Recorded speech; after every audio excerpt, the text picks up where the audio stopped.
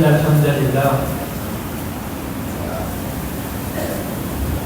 الحمد لله الذي لا تراه العيون ولا تخالطه الظنون ولا يصفه الواصفون ولا تغيره الحوادث ولا يخشى الدوائر، يعلم مفاقيل الجبال ومكاييل البحار وعدد قطر الأمطار وعدد ورق الأشجار وعدد ما أظلم عليه الليل وأشرق عليه النهار، لا تواري منه سماء سماء ولا أرض أرضا ولا بحر ما في قعره ولا جبل ما في وعره.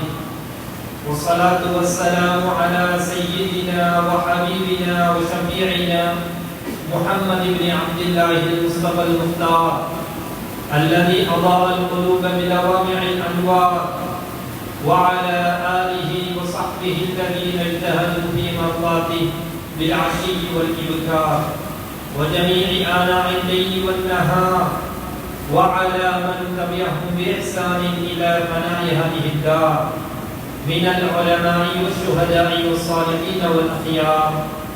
أما بعد، فأعوذ بالله من الشيطان الرجيم. بسم الله الرحمن الرحيم. ألف لام ميم، ذلك الكتاب لا ريب فيه هدى للمتقين. صدق الله العظيم. وقال النبي صلى الله عليه وسلم: إنما الأعمال بالنيات وإنما لكل امرئ ما نوى. صدق رسول الله صلى الله عليه وسلم. رواه الإمام البخاري في صحيحه. அளவற்ற அருளாளன் நிகரற்ற அன்புடையோன் அல்லாஹ்வுடைய பெயர் கொண்டு ஆரம்பம் செய்கிறேன்.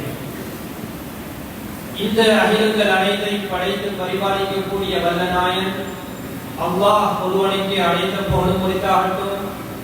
மேலும் உத்தம தூதர் ஆருயின் அண்ணல் நானிலத்து நாயகர் முஹம்மது முஸ்தபா ஸல்லல்லாஹு அலைஹி வஸல்லம் அன்னவர்கள் மீதிலும் அன்னவர்களுடைய போதனைகளை தங்களது வாழ்க்கையில் அடியொற்றி நடந்த அன்னாருடைய குடும்பத்தினர்கள், தோழர்கள், அவர்களை உயர்ந்தவர்கள், மேலும் கியாமத் நாள் வரைக்கும் வரக்கூடிய அனைத்து நல்ல மக்கள் மீதிலும் அல்லாஹ்வுடைய ஸலாத்தும் ஸலாமும் உண்டாவதாக. சங்கேதிக்க ஜும்ஆவுடைய கடமையை நிறைவேற்றுவதற்காக அல்லாஹ்வுடைய மாளிகையில் கூடியிருக்கும் அவனது நல்லடியார்களே, இந்த உலக வாழ்க்கையில் அல்லாஹ்வுடைய என்னென்ன கட்டளைகள், ஏவல்கள், எவைகளை எல்லாம் ஏற்று நடக்க வேண்டும் என்று நாங்கள் பணிக்கப்பட்டிருக்கிறோமோ அவைகளை எல்லாம் இயன்ற அளவு எடுத்து நடந்து கொள்ளும்படியும், மேலும் என்னென்ன விஷயங்களை விட்டும் அல்லாஹ் எங்களை தடுத்து இருக்கிறானோ, ஹராமாக்கி இருக்கிறானோ அவைகளை விட்டும் முற்று முழுதாக தவிர்த்து கொள்ளும்படியும் முதற்கண் எனக்கும் அப்பால் உங்களுக்கும் அல்லாஹ்வின் அச்சமாம் அந்த தக்வாவை கொண்டு வசியத்தும் நசீஹத்தும் செய்து கொள்கிறேன். கண்ணியமிக்க அல்லாஹ்வுடைய நல்லடியார்களே, எமது வாழ்க்கையில் ஒரு இஸ்லாமிய வருடத்தை நிறைவு செய்து இன்னொரு இஸ்லாமிய புது வருடத்தை அடையும் கட்டத்திலே நாம் இருந்து கொண்டிருக்கிறோம். ஹிஜ்ரி 1445 ஆண்டுக்கு விடை கொடுத்து 1446 ஆண்டை அடைய நாம் அனைவரும் காத்திருக்கிறோம். நாம் நெருங்கி வந்திருக்கும், அடைய காத்திருக்கும் இந்த இஸ்லாமிய பொது வருடம் எங்களுக்கும் ஒட்டுமொத்த உலக முஸ்லிம்களுக்கும் சுபீட்சமும் சௌபாக்கியமும் நிறைந்த ஒரு வருடமாகவும், நோயற்ற வாழ்வையும் குறைவற்ற செல்வத்தையும் அடைந்த ஒரு வருடமாகவும், சமூகங்களுக்கிடையில் சமாதானமும்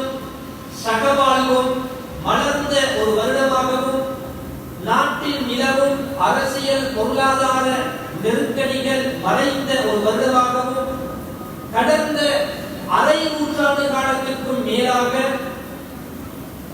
தங்களது சொந்த நாட்டில் அகதிகளாக அடிமைகளாக நடாத்தப்பட்டுக் கொண்டிருக்கும் எமது பலஸ்தீன உடன்பிறப்புகளுக்கு சுதந்திர பலஸ்தீனம் கிடைக்க பெற்ற ஒரு வருடமாகவும் அமைய பெற வேண்டும் என்ற துஆவோடும் வாழ்த்து செய்தியோடும் இன்றைய குதுபாவை ஆரம்பம் செய்கிறேன்.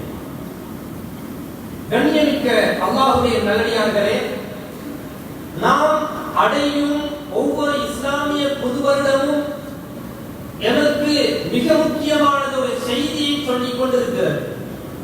அது என்னவென்றால், முஸ்லிம்கள் இந்த உலகத்தில் எந்த நாட்டில் எந்த பிரதேசத்தில் எந்த காலகட்டத்தில் வாழக்கூடியவர்களாக இருந்தாலும் இஸ்லாத்தின் அடையாள சின்னங்களை, இஸ்லாத்தின் மரபுரிமைகளை, கலாச்சார பாரம்பரியங்களை பேணியவர்களாக அவர்கள் வாழ வேண்டும்.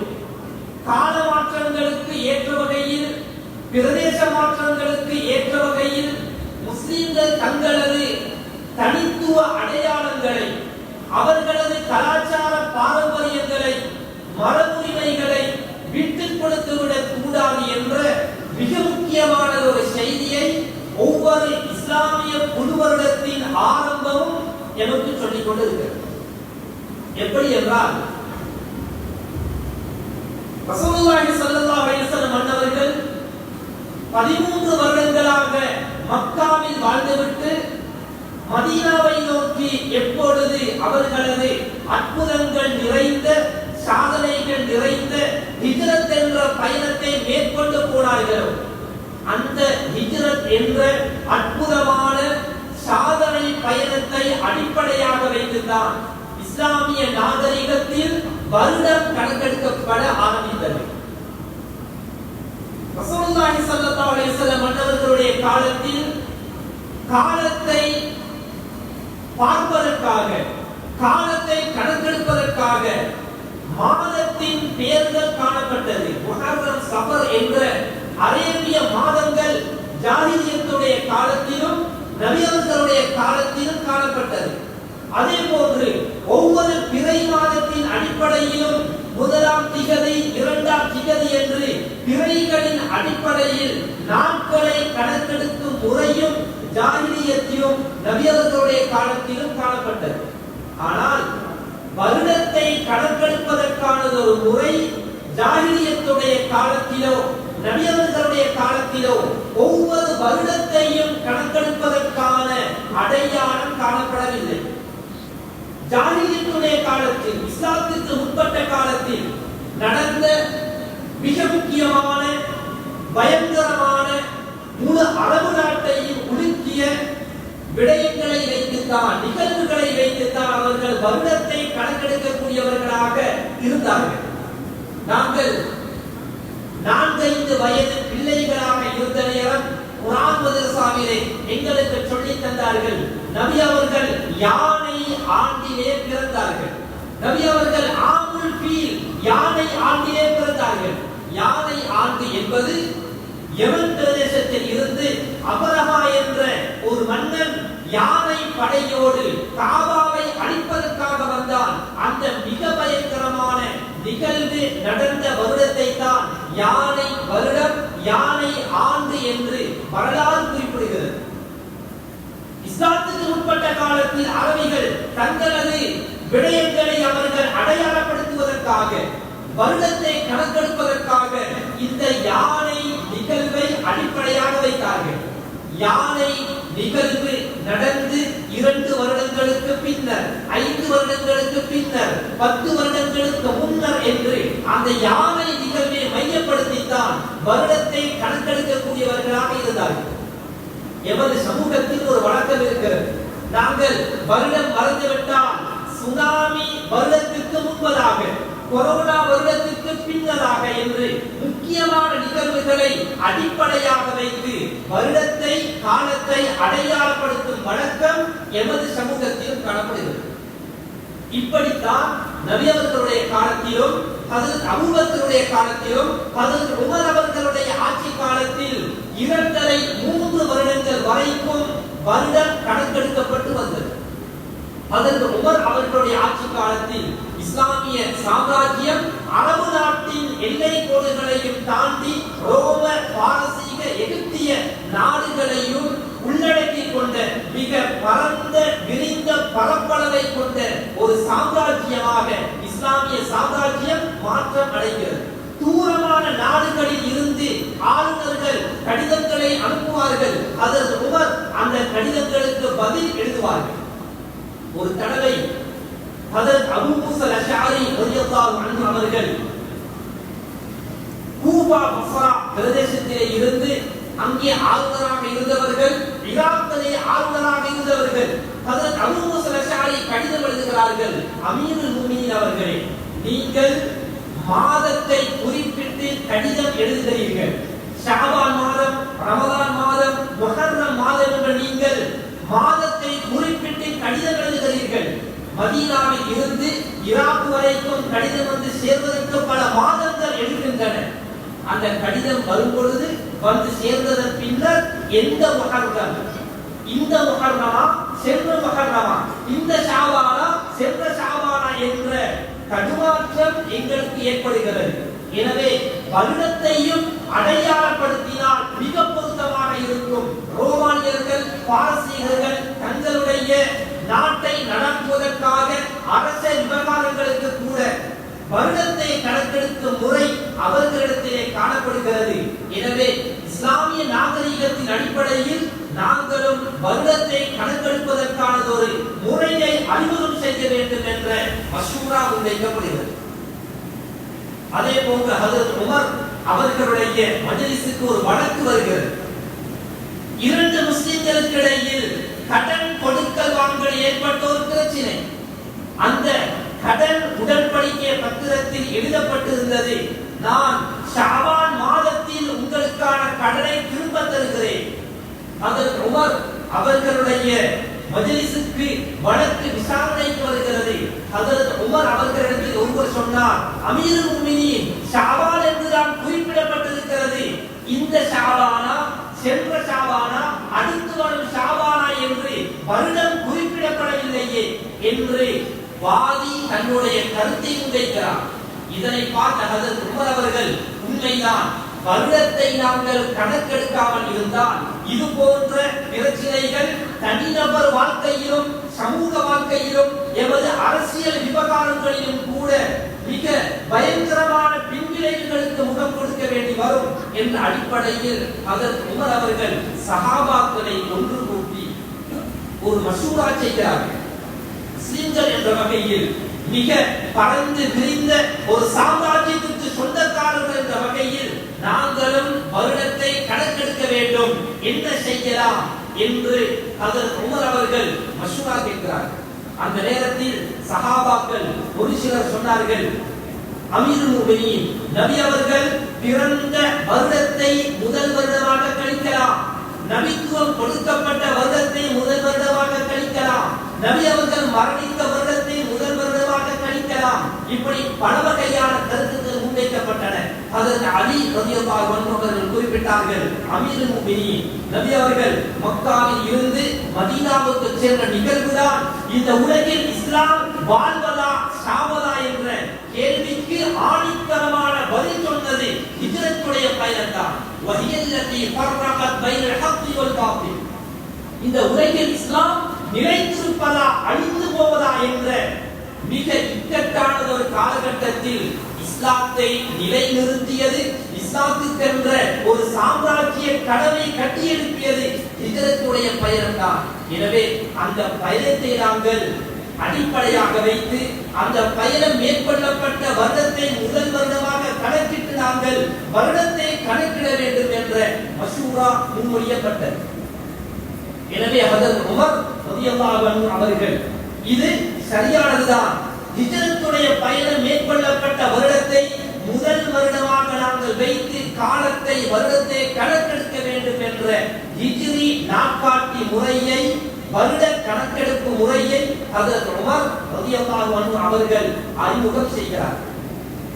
இங்கே நாங்கள் விளங்கிக் கொள்ள வேண்டிய விடயம் என்னவென்றால், இந்த ஹிஜ்ரத்துடைய வருட கணக்கெடுப்பு முறை அறிமுகம் செய்யப்பட்டதில் நாம் பெற்றுக்கொள்ள வேண்டிய பாடம் என்னவென்றால், இது போன்றதொரு பிரச்சனை அன்றைய சமூகத்தில் முன்வைக்கப்பட்ட பொழுது ஏற்கனவே நடைமுறையில் இருந்த ரோம பைசாந்தியர்கள் பாவித்து வந்த, பாரசீக சாசானியர்கள் பாவித்து வந்த, எகிப்தியர்கள் பாவித்து வந்த அந்த நாட்காட்டி முறையை, அவர்களது கலண்டர் முறையை முஸ்லிம்கள் தங்களுக்குடைய ஒரு கலண்டர் முறையாக எடுத்துக் கொள்ள முன்வரவில்லை. இஸ்லாமிய மார்க்கம் எல்லாவற்றிலும் தனித்துவம் பெற வேண்டிய மார்க்கம். ஏனைய மதங்களிடத்தில், ஏனைய மார்க்கங்களிடத்தில், ஏனைய சமூகங்களுடைய கலாச்சாரத்தில் இருந்து பிச்சை எடுக்க வேண்டிய அளவுக்கு நபி அவர்கள் எங்களை அனாதைகளாக விட்டு செல்லவில்லை.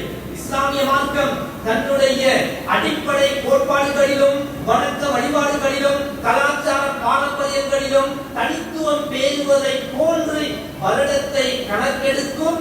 இந்த கணக்கீடு முறையிலும் கூட நாங்கள் அந்நிய சமூகங்களை, ஏனைய நாகரிகங்களை, ஏனைய கலாச்சாரங்களை சார்ந்து இருக்கக்கூடாது. சொந்த காலில் நிற்க வேண்டும். எங்களுக்கு என்ற தனியான முறையை இஸ்லாமிய வரலாற்றின் அடிப்படையில் நபி அவர்களுடைய வாழ்க்கையை மையப்படுத்தி நாங்கள் வருடத்தை கணக்கெடுக்க வேண்டும் என்ற ஒரு முறையை ஹஜ்ரத் உமர் அவர்கள் அறிமுகம் செய்கிறார். இந்த பாடத்தை ஹஜ்ரத் உமர் அவர்கள் பெற்றுக்கொண்டது நபி அவர்களுடைய தர்பியாவில் இருந்துதான். முஸ்லிம்கள் இப்பொழுது மக்காவில் இருந்து மதீனாவுக்கு வந்தார்கள். இமாம் முஸ்லிம் அவர்கள் பதிவு செய்கிறார்கள், கான முஸ்லிமூன் حين قدموا المدينة يتحينون الصلوات فليس ينادي بها أحد. மதீனாவுக்கு வந்த ஆரம்ப நாட்களில் முஸ்லிம்கள் தொழுகை நேரத்தை தனிப்பட்ட முறையில் ஒவ்வொருவரும் கணக்கெடுத்து, சூரியனுடைய ஓட்டத்தை வைத்து ஒவ்வொருவரும் நேரத்தை கணித்து ஜமாத்து தொழுகைக்கான மஸ்ஜித் நபவிக்கு வருவார்கள். சிலர் அவசரமாக வந்து விடுவார்கள், சிலர் தாமதமாக வருவார்கள், சிலர் ஜமாத்து தொழுகையில் கலந்து கொள்வதை மறந்து விடுவார்கள். ஏனென்றால் ஒவ்வொருவரும் தனிப்பட்ட முறையில் அவரவராக நினைத்து நேரத்தை கணக்கெடுத்து ஜமாத்து தொழுகைக்காக பள்ளிக்கு வர வேண்டும். ஒரு நாள் நபி அவர்களுடைய மஜ்லிஸில் சஹாபாக்கள் இந்த பிரச்சனையை முன்வைத்தார்கள். யா ரசூலல்லாஹ், நாங்களாக நேரத்தை கணக்கெடுத்து தொழுகைக்கு வந்து கொண்டிருப்பதனால் உரிய நேரத்தில் ஜமாத்து தொழுகையில் கலந்து கொள்ள முடியவில்லை. இந்த பிரச்சனைக்கு ஒரு தீர்வு காண வேண்டும். உடனடியாக மஷூரா நடக்கிறது. என்ன செய்யலாம்? ஒரு சில சஹாபாக்கள் சொன்னார்கள், இத்தகிது நாகூசன் மின்ன நாகூசின் நஸாரா. கிறிஸ்தவர்கள் தங்களது மத வழிபாட்டுக்காக அவர்களது தேவாலயங்களில் சத்தம் எழுப்பி அந்த மதம் சார்ந்தவர்களை தேவாலயத்திற்கு அழைக்கும் ஒரு முறை காணப்படுகிறது. அந்த முறையை நாங்களும் அறிமுகம் செய்து கொள்வோமா? நபி அவர்கள் சொன்னார்கள், அது கிறிஸ்தவர்களின் கலாச்சாரம், எமக்கு தேவையில்லை, அதனை விட்டு தள்ளுங்கள். இன்னும் சிலர் சொன்னார்கள், இத்தகிது வகர்னல் மிஸ்ல கர்னில் யஹூத். யூதர்கள் தங்களது வழிபாட்டு நேரத்திலே ஒரு கொம்பை ஊதுவதன் மூலம் சத்தம் எழுப்பி அவர்கள் தங்களது மத வழிபாட்டிற்கு மக்களை அழைக்கிறார்கள். நபி அவர்கள் சொன்னார்கள், அது யூதர்களின் கலாச்சாரம். இன்னும் சிலர் சொன்னார்கள், ஒரு நெருப்பை மூட்டினால் புகை மேலே எழும்பும் பொழுது மதீனத்து முஸ்லிம்கள் அதனை பார்த்து புகை கிளம்பும் மஸ்ஜித் நபவியை நோக்கி தொழுகைக்காக வருவார்கள். நபி அவர்கள் சொன்னார்கள், நெருப்பை வைத்து வணக்க வழிபாட்டோடு நெருப்பை சம்பந்தப்படுத்துவது இது மஜூசியருடைய கலாச்சாரம். இது ஒன்றும் எமக்கு பொருத்தமானது அல்ல. நாங்கள் முஸ்லிம்கள் எங்களது அடிப்படை கோட்பாடுகளில், வணக்க வழிபாடுகளில், மார்க்க விவகாரங்களில் அனைத்திலும் நாங்கள் தனித்துவம் பெறக்கூடியவர்களாக இருக்க வேண்டும். முஸ்லிம்களுக்கு யூனிக்னஸ், முஸ்லிம்களுக்கான தனித்துவம் எல்லா விடயங்களிலும் இருக்க வேண்டும். ஹஜ்ரத் உமர் மஷூரா சொன்னார்கள், யா ரசூலல்லாஹ், அவலா தபஅதுன ரஜுலன் யுனாதி பிஸ்ஸலாத்.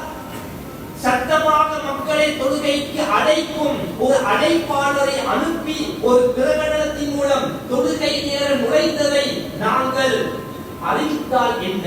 நபி அவர்கள் அந்த மஷ்மூராவை ஏற்றுக்கொண்டார்கள். சொன்னார்கள், யா பிலால் கும் ஃபனாதி பிஸ்ஸலா, பிலால் எழுந்து நின்று மக்களை தொழுகைக்காக அழையுங்கள், தொழுகைக்கான அழைப்பை விடுங்கள் என்று ஹஜ்ரத் பிலால் அவர்களுக்கு நபி அவர்கள் அதானுடைய முறையை அறிமுகம் செய்தார். எனவே மார்க்கத்துடைய எந்த விவகாரமாக இருந்தாலும், முஸ்லிம்களுடைய அன்றாட வாழ்வியலோடு சம்பந்தப்பட்ட எந்த விடயமாக இருந்தாலும், எல்லா இடங்களிலும் எல்லா விடயங்களிலும் முஸ்லிம்கள் தங்களது மார்க்கத்தின் அடிப்படையில் சுன்னத்தை பின்பற்றி தனித்துவ அடையாளங்களை பேணி தங்களுக்கென்ற அடையாளத்தோடு வாழ்வதுதான் கண்ணியமான வாழ்க்கை. சஹாபாக்கள் ஒரு ஹதீஸை ஆணித்தனமாக சொல்லிக் கொடுப்பார்கள். வல்லாஹி தரக்கனா ரசூலுல்லாஹி ஸல்லல்லாஹு அலைஹி வஸல்லம் அலல் மஹஜ்ஜத்தில் பைதா. நபி அவர்கள் எங்களை மிக தெளிவான, எந்த ஐயமோ சந்தேகமோ இல்லாத மிக தெளிவான ஒரு பாதையிலே தான் நபி அவர்கள் எங்களை விட்டு சென்றார்கள். எமது அடிப்படை கோட்பாடுகள் விடயத்தில், வணக்க வழிபாடுகளில், ஏனைய அன்றாட வாழ்வியலில், கலாச்சார பாரம்பரியங்களில் எதிலும் ஏனைய மதத்தவர்களிடம், ஏனைய மார்க்கம் சார்ந்தவர்களிடம், ஏனைய கலாச்சார விழுமியங்களில் இருந்து பிச்சை கேட்கும் அளவுக்கு அனாதைகளாக, ஏழைகளாக நபி அவர்கள் எங்களை விட்டு செல்லவில்லை. இந்த மார்க்கம் மிக தெளிவானதாக இருப்பதை போன்று ஒவ்வொரு முறைக்கும் ஒவ்வொரு விடயத்திற்குமான மிக தெளிவான வழிகாட்டல் தரப்பட்டிருக்கிறது என்ற அடிப்படையை சஹாபாக்கள் ஆணித்தரமாக சொல்வார்கள். எனவே கண்ணியமானவர்களே, எமது வாழ்க்கையின் எல்லா விவகாரங்களிலும் முஸ்லிம்கள் என்ற வகையில் எங்களுக்கான தனித்துவ அடையாளங்களை பேணக்கூடியவர்களாக இருக்க வேண்டும். இது சகவாழ்வுக்கு, ஏனைய சமூகங்களுடன் நாங்கள் பேண வேண்டிய நல்லிணக்கத்திற்கு பாதிப்பானது அல்ல. இன்று எமது சமூகத்தில் சகவாழ்வு என்பது, நல்லிணக்கம் என்பது, புரிந்துணர்வு என்பது தவறாக புரிந்து கொள்ளப்பட்டிருக்கிறது. சகவாழ்வு என்பது எமது மார்க்கத்தை அடுத்தவர்களுக்காக விட்டுக் கொடுப்பதல்ல, எமது கலாச்சார பாரம்பரியங்களை அடுத்தவர்களுக்காக விட்டுக் கொடுப்பது அல்ல. ஏனைய மதங்களுடைய, ஏனைய மார்க்கத்தவர்களுடைய கலாச்சாரங்களை நாங்கள் உள்வாங்கிக் கொள்வதும் சகவாழ்வு கிடையாது. மார்க்கத்தில் நல்லிணக்கம் கிடையாது, மதத்தில் நல்லிணக்கம் கிடையாது. ஏனைய மதம் சார்ந்தவர்களோடு மனித நேயத்தையும் மனிதாபிமானத்தையும் பேணி சமூகவியல் துறையில் நல்லிணக்கம் பேணப்பட வேண்டுமே ஒழிய மார்க்கத்தை விட்டுக் கொடுத்து ஏனைய மத கலாச்சாரங்களை உள்வாங்கி சகவாழ்வு என்பது இஸ்லாத்திலே கிடையாது. இன்றைய சமூகத்திலே நாங்கள் பரவலாக பார்க்கிறோம். சகவாழ்வு என்பது தவறாக புரிந்து கொள்ளப்பட்டிருக்கிறது. ஏனைய மத விவகாரங்களில் நாங்கள் பங்களிப்பு செய்வது, அவர்களோடு இணைந்து தோரணம் கட்டுவது, அதிலே தொப்பியையும் போட்டுக்கொண்டு நாங்களும் உங்களது மத விவகாரங்களில் பங்களிப்பு செய்கிறோம், இந்த நாட்டு முஸ்லிம்கள் நல்ல முஸ்லிம்கள் சகவாழ்வை பேணி வாழ வேண்டும் என்று எமது சமூகத்தில் ஒரு சிலர் சகவாழ்வை வெளிப்படுத்த ஆரம்பித்து விட்டனர். இது இஸ்லாம் வன்மையாக கண்டிக்கும் சகவாழ்வு. இப்படியான ஒரு சகவாழ்வு மார்க்கத்திலே கிடையாது. மதத்திலே பரஸ்பரம் கிடையாது. மார்க்கத்திலே மதத்திலே விட்டுக் கொடுப்பு கிடையாது. ஏனைய மதங்களுடைய மார்க்கங்களுடைய கலாச்சாரங்களை நாங்கள் உள்வாங்கிக் கொள்வது என்பது கிடையாது. சகவாழ்வு என்பது நாங்கள் பிற மதத்தவர்களுடைய, ஏனைய சமூகத்தவர்களுடைய கலாச்சார பாரம்பரியங்களில் கலைந்து போகாமல் அவர்களோடு இணைந்து வாழ வேண்டும். இஸ்லாம் என்ற மார்க்கத்துடைய தனித்துவத்தை பேண வேண்டும். இந்த நாட்டில் இருந்து, ஏனைய சமூகங்களில் இருந்து நாங்கள் தனிமைப்பட்டு விடாமல், இதனைத்தான் இஸ்லாம் சகவாழ்வு என்று குறிப்பிடுகிறது. அல் குர்ஆனுடைய ஒற்றை ஆயத் ஒற்றை வசனம் சகவாழ்வின் அடிப்படையை மிக தெளிவாக எனக்கு சொல்லித் தருகிறது. நபி அவர்கள் மக்கா நகரில் இஸ்லாத்துடைய ஆரம்பம் அந்த காலப்பிரிவில் இஸ்லாமிய பிரச்சாரத்தை மேற்கொண்டார்கள். இந்த மார்க்கத்துடைய வளர்ச்சியை தடுப்பதற்காக, நபி அவர்களுடைய வேகத்தை தடுப்பதற்காக பல வகையான நடவடிக்கைகளை மேற்கொண்டார். நபி அவர்களோடு பேரம் பேசினார்கள். உங்களுக்கு என்ன வேண்டும்? உங்களுடைய இந்த தாவத்தை விடுவதற்காக, மார்க்க பிரச்சாரத்தை விட்டு ஒதுங்கிக் கொள்வதற்காக உலகில் உங்களுக்கு என்ன வேண்டும்? டீல் பேசினார். உங்களுக்கு பெண்கள் வேண்டுமா? காசு பணம் வேண்டுமா? ஆட்சி அதிகாரம் வேண்டுமா? உலகில் எதனை கேட்டாலும் உங்களுக்கு நாங்கள் தர தயாராக இருக்கிறோம். இந்த பிரச்சார பணியை, இந்த தாவத்துடைய பணியை நீங்கள் விட்டுவிட வேண்டும். பேரம் பேசினார்கள், டீல் பேசினார்கள். நபி அவர்கள் சொன்னார்கள், செங்கதிரும் தன்மதியும் சேர்த்து கையில் தந்திடினும் என் கொள்கை விட மாட்டேன். என்னுடைய வலது கையில் சூரியனையும் இடது கையில் சந்திரனையும் கொண்டு வந்து நீங்கள் தந்தாலும் இந்த மார்க்கத்தின் பக்கம் அழைப்பதை நான் விடமாட்டேன். அபூ தாலிபை அணுகி, மகளுக்கு கொஞ்சம் புத்தி சொல்லிக் கொடுங்கள், மகளை கொஞ்சம் கட்டுப்படுத்துங்கள். பேச்சுவார்த்தையின் மூலம், அடிதடியின் மூலம், வன்முறையின் மூலம் பல வகையான தடைகளை, பிரச்சனைகளை, அழுத்தங்களை நபி அவர்களுக்கு எதிராக மேற்கொண்டு எந்த பருப்பும் வேகாத நேரத்தில் இப்பொழுது நபி அவர்களோடு சமரசம் பேச ஆரம்பித்தார். யா முஹம்மத் ஸல்லல்லாஹு அலைஹி வஸல்லம், எங்களுக்கும் வேண்டாம், உங்களுக்கும் வேண்டாம், நாங்கள் மோதிக்கொள்ளவும் தேவையில்லை. நீங்கள் எங்களது கடவுள்களை ஏற்றுக்கொள்ளுங்களேன். ஒரு வருடத்திற்கு நீங்கள் எங்களது கடவுள்களை ஏற்றுக்கொள்ளுங்கள்.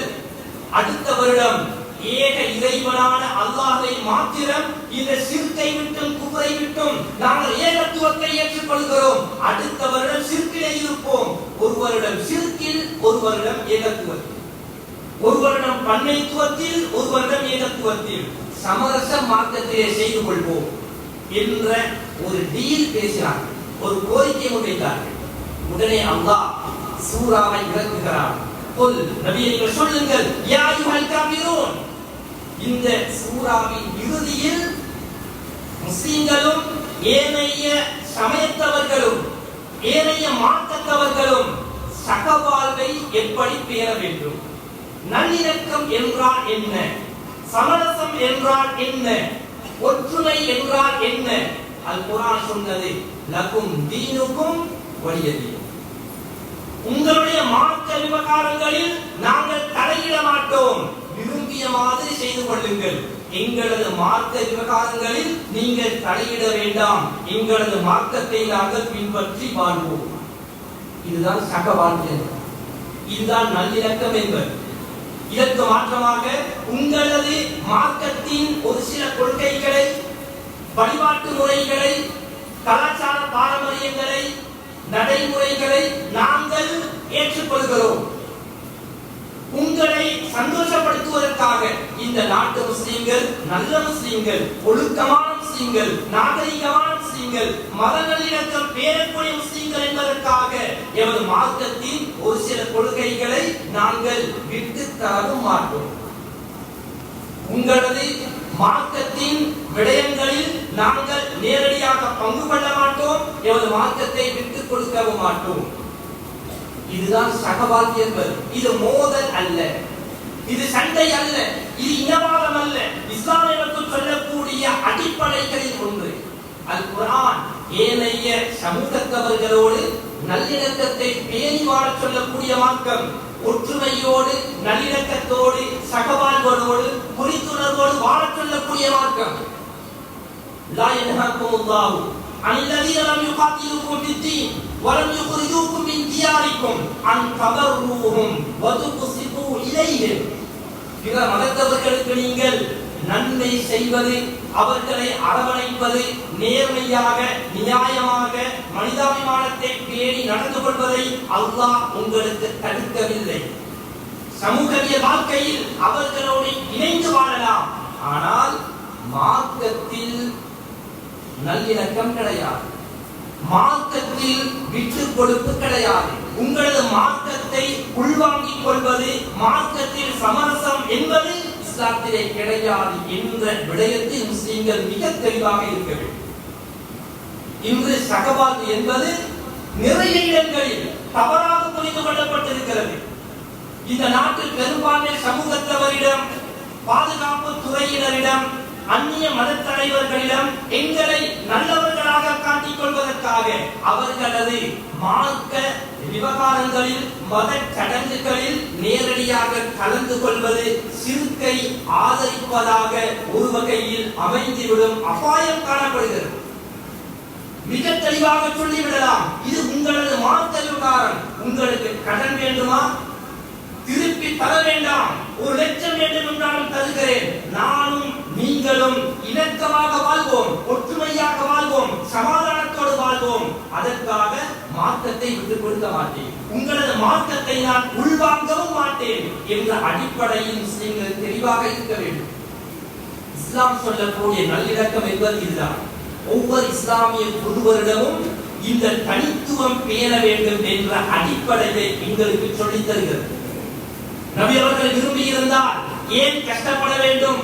ஒருவரை நியமித்து ஹஜ்ரத் பிலால் சொன்ன அல்லாஹு அக்பர் முதல் இன்று வரைக்கும் 1400 வருடங்களையும் கடந்து அதனுடைய முழக்கம் உலகின் மூலை முடுக்குகளில் எல்லாம் முழக்கம் செய்யப்பட்டுக் கொண்டிருக்கிறது. நபி அவர்கள் விரும்பி இருந்தால் கிறிஸ்தவர்களின், யூதர்களின், நெருப்பு வணங்குகளின் ஒரு கலாச்சார முறையை பின்பற்றி இருக்கலாம். இல்லை, வணக்க வழிபாட்டுக்காக அல்ல, வணக்க வழிபாட்டில் அல்ல, வணக்க வழிபாட்டுக்கு அழைக்கும் முறையிலும் கூட எங்களுக்கான யூனிக்னஸ், தனிமைத்துவம் பேணப்பட வேண்டும் என்பதில் நபி அவர்கள் உறுதியாக இருந்தார்கள். அதற்கு உமர் ரோமர்களுடைய, சாசானியர்களுடைய, எகிப்தியர்களுடைய அன்றைய உலகின் மிக பிரபலமான நாட்காட்டி முறைகளை பின்பற்றாமல் எமது வரலாற்றையும் நபி அவர்களுடைய தியாகத்தையும் தாவத்தையும் எமக்கு ஞாபகமூட்டக்கூடிய ஹிஜ்ரத்துடைய பயணத்தின் அடிப்படையிலேதான் எமது நாட்காட்டி அமைய பெற வேண்டும் என்பதில் ஹஜ்ரத் உமர் உறுதியாக இருந்தார். எனவே இஸ்லாமிய மார்க்கம் எமக்கு சொல்லக்கூடிய இந்த அடிப்படையை நாம் ஒவ்வொரு ஹிஜ்ரி வருடத்தின் ஆரம்பத்திலும், இஸ்லாமிய புது வருடத்தின் ஆரம்பத்திலும் நாங்கள் ஞாபகப்படுத்திக் கொள்ள வேண்டும். வரலாற்றை திரும்ப படிக்க வேண்டும். வரலாற்றின் ஒவ்வொரு நிகழ்வும் எமக்கு தரக்கூடிய ஆன்மீக, அரசியல், பொருளாதார, சமூகவியல் பாடங்களை மிகச் சரியாக புரிந்து உறுதியாக இஸ்லாத்திலே நிலைத்திருக்கக்கூடியவர்களாக நாங்கள் மாற வேண்டும். அதற்கான மிகச்சிறந்த ஈமானையும் யகீனையும் யா அல்லாஹ் எங்களுக்கு தந்தருள்வாயாக. ஆமீன் ஆமீன் யா ரப்பல் ஆலமீன். வ ஆகிரு தஅவானா அனில் ஹம்துலில்லாஹி ரப்பில் ஆலமீன்.